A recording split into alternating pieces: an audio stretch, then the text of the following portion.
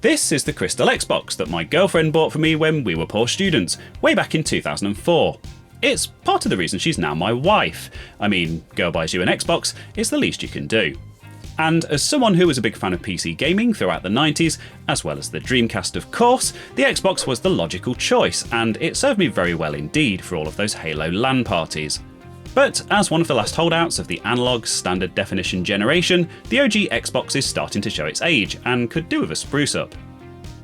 I've also started picking up some of the games that I missed out on back in the day, and I've been looking forward to getting stuck into those. So I plugged it all in for the first time in years, hooked it up to my RetroTink 5X HDMI upscaler, and while I didn't manage to catch the actual explosion on camera, I did manage to get the incredibly foul-smelling smoke that came out of it. Oops. So evidently I had some capacitors to replace, and while I was in there I installed an OpenXenium mod chip, upgraded the hard drive to a much bigger SSD, fitted a new, quieter fan, put a custom dashboard on there, and, perhaps most importantly, gave this old box the modern video output it deserves with an Xbox HD Plus kit. Getting into the case is just a case of 6 T20 Torx screws, and as you can see, I removed the internal metal shielding years ago because, well, let's face it, it looks so much cooler. Come to think of it, how come transparent electronics aren't a thing anymore?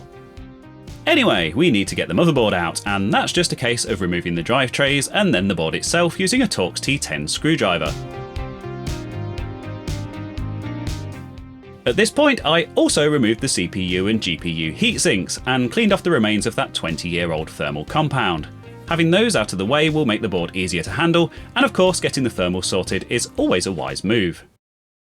So here's the capacitor that generated all of that smoke, mocking me alongside its little posse of bulging buddies. Well, we'll see who's laughing once I fitted this recap kit that I bought from ZedLabz.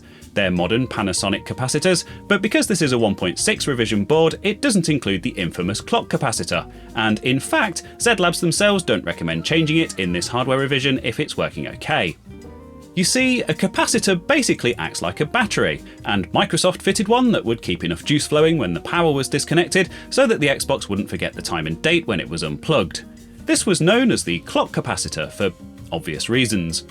Unfortunately, the Xbox was a product of the great capacitor plague of the early 2000s, and in earlier revisions this one can leak its corrosive innards and destroy the motherboard. Thankfully, Microsoft used a higher quality Nichicon cap on the 1.6 boards that isn't prone to leakage, and as it's still holding a charge and working as intended, I won't be replacing it today. As for the smaller caps, well, they didn't come in the kit either, so I'll keep an eye and do those as needed. I don't want to spend all weekend replacing capacitors after all. So, after that's dealt with, I need to fit the mod chip. This is a requirement for the HDMI upgrade I'll be doing shortly, and it's also made by MakeMHz, the same people who made that very upgrade, so who am I to argue?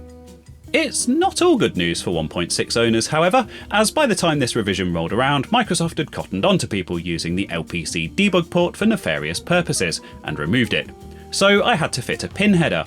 Easy enough, and rebuild the LPC, which up to this point was some of the tiniest soldering I'd ever done. In fact, I was concentrating so hard that I forgot to hit record. But here's the finished product. Oh, and by the way, MakeMHz now sells a quick solder board for this purpose, and unless you really enjoy this kind of fine soldering, I can highly recommend it. So with the OpenXenium mod chip in place and the CPU and GPU heatsinks temporarily refitted with some cheapo thermal compound, let's give all of this a test to make sure it boots up and nothing else goes bang. Excellent. At this point there was a lot of flapping around and time wasting if I'm honest, on account of the fact that I've never done one of these mods before and had no idea how the hard disk stuff was supposed to work.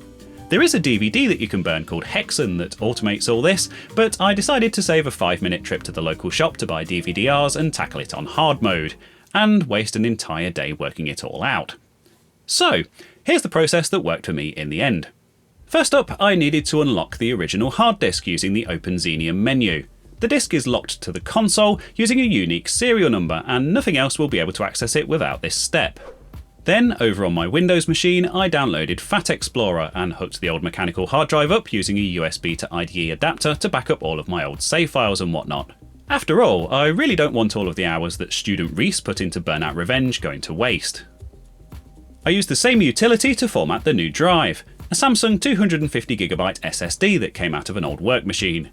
I used the default settings to format it with all the usual Xbox system partitions, plus a single F partition for game rips and whatnot. Then, again with Fat Explorer, mounted the drive in Windows and copied over my old files, the dashboard and the Xbox HD configuration and update app for the HDMI upgrade. The next thing I needed was a modified BIOS, and I went with M8 plus Evo X, again mainly because that's what MakeMHz, the makers of the HDMI upgrade I'm going to be using, recommended. The BIOS needs to be patched to support the upgrade, and that's done using a combination of EVTool and Luna IPS. Unpack the BIOS with EVTool, apply the patch using Luna IPS, repack the BIOS, make any other tweaks, i.e. the file name of the dashboard that you'll be using, and then use the web server running on the mod chip to upload and install everything. I was originally going to install the 2.5-inch SSD using some drive rails, but with this being a Crystal Xbox, I think it would have ruined the original looks. So I found this awesome StarTech drive caddy that looks like an old mechanical hard drive. Couple that with an IDE to SATA adapter and an 80-pin IDE cable, and we're in business. I mentioned earlier that the OpenXenium mod chip is made by a company called MakeMHz, and it's actually a modern clone of a much older mod chip that still runs the original firmware from 2004. But they've recently started releasing their own modified versions, so let's get it up to date. Oh, and their firmware also works on original Xenium chips if you still have yours from back in the day. After checking the network settings to get the FTP username and password, I copied the updater file over, and then booted into XBMC for Gamers dashboard, more on this later, and used its file browser to manually run it. As you can see, it successfully detects the mod chip and updates the firmware. So far, all they've done is remove some old self-destruct code designed to stop clones and make the menus look a bit prettier when using the chip with the Xbox HD plus HDMI upgrade, as well as adding an option to remove a malfunctioning BIOS using the web interface. So, with everything finally coming up Milhouse... My feet are soaked, but my cups are bone dry.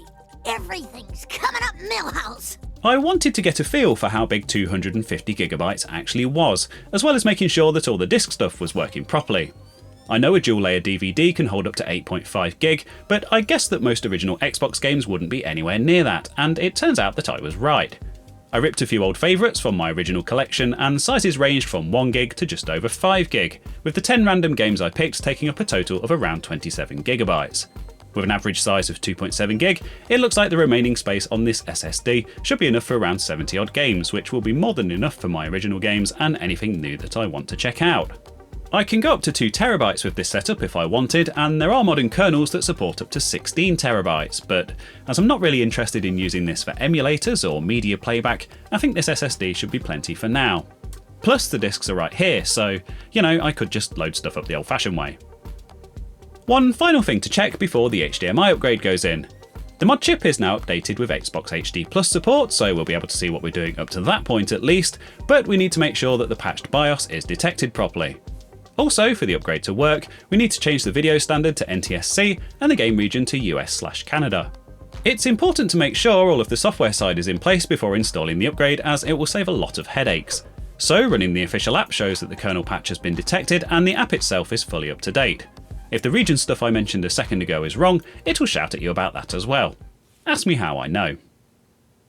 So with the software side sorted, off came the CPU and GPU heatsinks again, and then I also had to carefully remove the motherboard clamp that holds them in place, as there's a ribbon cable that will run under this. The next job was to remove the original proprietary AV connector, which this mod replaces with a modern HDMI connector.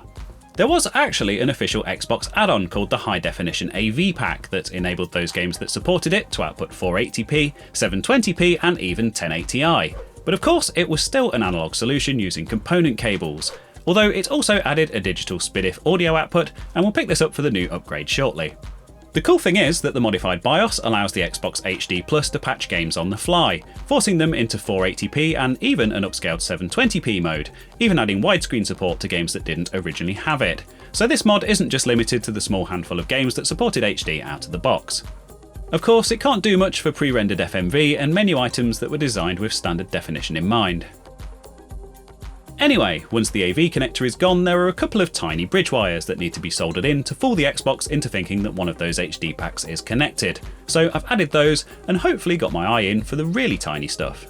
You see, the Xbox HD Plus upgrade takes the raw YPBPR video signal from the GPU, and along with the digital SPDIF audio I mentioned a second ago, runs it through an analog device's ADV7511 HDMI transmitter to output a true digital-to-digital HDMI signal with zero lag. But to pick up those video signals, we need to solder a ribbon cable onto the world's tiniest resistor array. Here it is in position, ready to go. I'd like to say that everything went to plan, but well, what you're seeing on screen was my very first attempt. So instead, I'll show you Macho Nacho installing his, and if you're looking for a detailed tutorial showing the installation step by step, I can highly recommend his video and I'll link it in the usual places. Anyway, after that complete dog's dinner, my final attempt didn't end up looking too bad, especially as I've never done this kind of fine soldering before. But whether it actually works remains to be seen. There are also a few other wires to solder to the motherboard, which you can see here. Easy peasy after that resistor array, and now the CPU and GPU heatsinks can be refitted. I'm using this Master Gel Maker, as I've had a lot of luck with it in the past, and of course, the trick is always to apply exactly the right amount in exactly the right configuration for optimum cooling. It's recommended that the motherboard is installed back into the case to fit the Xbox HD Plus, so everything's firmly held in place, and who am I to argue? So that's exactly what I did to finish hooking up those last few wires. Tidy. A big shout out is in order to my brother-in-law for 3D printing this fan shroud for me. He was there at those Halo LAN parties all those years ago, and he's come through for me once more. Also to Todd of RetroFrog, who designed this thing, and many other 3D printed accessories for these old consoles. He's been a patron of the channel since pretty much the very beginning, so thanks Todd. You can check out the link to RetroFrog in the usual places.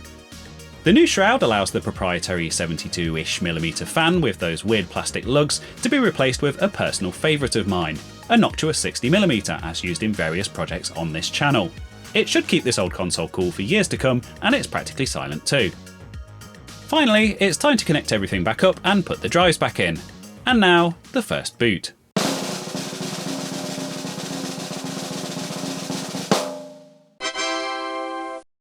With that all up and running, the first task is to play some games. Well, no. I guess I should update the ancient firmware on my Xbox HD Plus, as it's running on version 1.2.1, with 2.1.10 being the latest release. The official app handles all of this, and while it's a long-winded and dangerous process, it proceeds without a hitch, with the first flash taking me up to version 2.0. But then something strange happens. The screen is black no matter what I try. After all that hard work and that initial success, I'm scuppered by a firmware update. Well, to cut a long and very panicked story short, it seems the cheapo HDMI splitter that I'm using to feed the signal into my Elgato Camlink is backfeeding power into the inputs, as evidenced by the LEDs on the Xbox HD Plus board being lit up even when the console is off. Turns out that unplugging this and letting it work passively, which I didn't even realise was an option, solves the problem. I'm not quite sure why the original firmware was happy with this arrangement and the new one wasn't, but hey, it works and that's all that matters. A further update, thankfully much quicker this time and without the panic attack brought on by the blank screen, brings me up to version 2.1.10, and this offers a lot of cool stuff.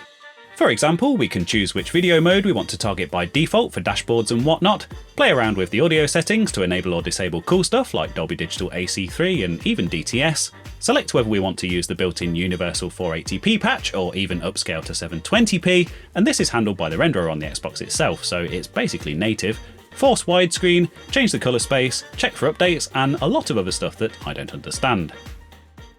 But I know what you're really interested in is the games. So let's have a look at some side-by-side comparisons. Welcome to Mars. First time? You can just leave your bag there. I'll have it sent up your quarters. Okay, there's a few things we need to take care of first. This is your personal data assistant. You'll need this to access all secure areas. If you get clearance for any security zones, it'll download directly. It's important, so don't lose it. I see here that Sergeant Kelly has requested your immediate attention. Head directly to Marine Command. It's just that way. I captured the original footage using the best option I had to give the Xbox the best possible chance, and that was an RGB SCART cable through an OSSC upscaler. I'm sure you'll agree that the difference is subtle, but it is there, and this is the absolute best case scenario through quite an expensive setup. Do bear in mind that with the Xbox HD Plus we're also getting that native upscaling, digital audio and the convenience of HDMI without an external device. Also, the output is true 16:9 widescreen. I had to scale the original captures to stretch them because the Xbox originally used anamorphic widescreen by default, squishing the image into 4:3, and I couldn't even work out how to correct this on my monitor or by playing with the settings on the scaler, leaving me with a squished image. I programmed this sentry to guide you to the maintenance elevator. I hope you follow the sentry better than you've followed orders so far. Back to hardware for a second, and it seems my longer 80-pin IDE cable finally arrived, and I wanted the routing to be the same to keep the Xbox looking as stock as possible. Microsoft actually installed these cables backwards, but it seems they also managed to get them custom made, with the center connector for the DVD drive reversed. I got one with all of the connectors facing the same direction, but it turns out that you can just carefully unclip the middle one, flip the cable over, make sure it's lined up perfectly, and then clamp it back down to recrimp it on the other side of the cable. And in my case, it worked. There are specific tools for this, but as this is a one-off, I found that the hand clamps that I used to hold my filming lights up did a perfectly sufficient job. So then it's just a case of folding the new cable to match the original one, and nobody would ever know that it had been modified. Refitting is the reverse of removal, as they say, and that's the case all reassembled for hopefully the final time.